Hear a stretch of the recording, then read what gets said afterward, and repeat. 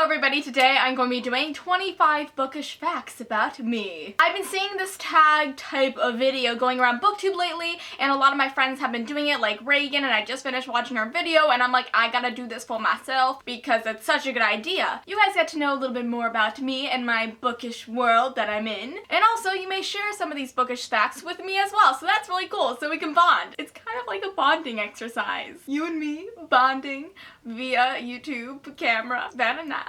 Okay, so let's get started. I read 2 books a week. My Goodreads reading challenge goal is 100 books for 2016. Fingers crossed I actually complete that. Honestly, I don't buy as many books as it seems like I do, says the girl who just filmed a book haul with 25 books. I have at least 6 copies of Outlander by Diana Gabaldon. I have no shame. I am obsessed with audiobooks. At least once or twice a month I listen to an audiobook, and I'm loving it, so soon you'll be seeing an audiobook library tour. Because I want to do one for you guys, I really do. I mainly do a majority of my reading before bed, but sometimes I read during the day. I love drinking tea when I read, and sometimes snacking, because why not? I read about 50 to 75 pages an hour if it's a good hour of reading. No matter where I go or what I'm doing, I always carry a book with me, even if I do not read it on that outing. It's just a habit. I love the way that hardbacks look, but I love the way how paperbacks feel. I used to always doggy ear my pages when I was done reading for the night, but now whenever I do that, I feel so guilty, so now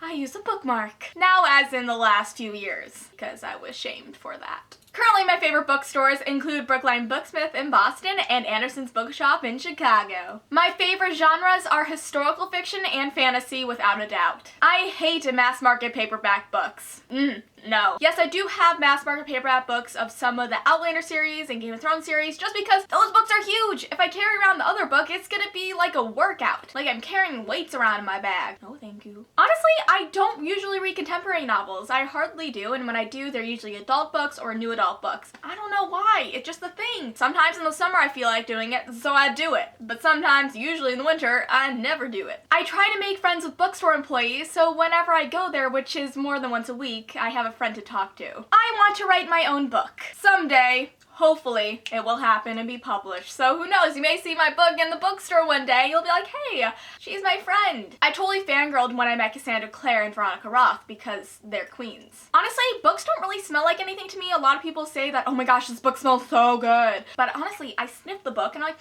smells like paper. Just fresh, crisp paper. Is that the famous book smell? Who knows? I don't. This is a really weird thing for me, and I know this may seem like a bathroom fetish, but I really enjoy in books when a character uses the bathroom because it shows that they're actually human and not a total fictional being that never uses the bathroom in books. So unless you're not a human and an unearthly being, and you have not any internal organs that need tending to, gosh, I'm making this so awkward, then you're gonna use the bathroom. So please do that in novels. It's just it's a pet peeve. It's just a pet peeve. Oh my gosh, it sounds so weird. I swear I'm not. In my books, my characters are going to have realistic problems like going to the bathroom, having their period, having acne, because it's a normal thing, and even if it's a fantasy novel, they're still gonna have those issues. I sometimes prefer UK book covers over American book covers. I am currently studying writing, literature, and publishing at college, and that has to do with books because it's a book-centered major, you know? It works. I have over 100 books at college with me. There was 200 books at college with me at one point, but I ended up taking some home because I'm like, Sasha, that's ridiculous. You can't have this many books in a small dorm room. Whenever a book cover is bad, I tend to get the hardcover of it because then I just take off the dust jacket, which has the cover on it, and problem solved. It doesn't look as awkward when you're reading it out in public. And lastly, my 25th bookish fact about me, and I hope it's the 25th or else I counted wrong. I'm not going to school for math, guys, let's just say that. Is that I totally judge a book by its cover. If it has a book cover, I will go out of my way to find a cover that isn't that cover because yikes. So if the cover's bad, I'm like, bye, Felicia.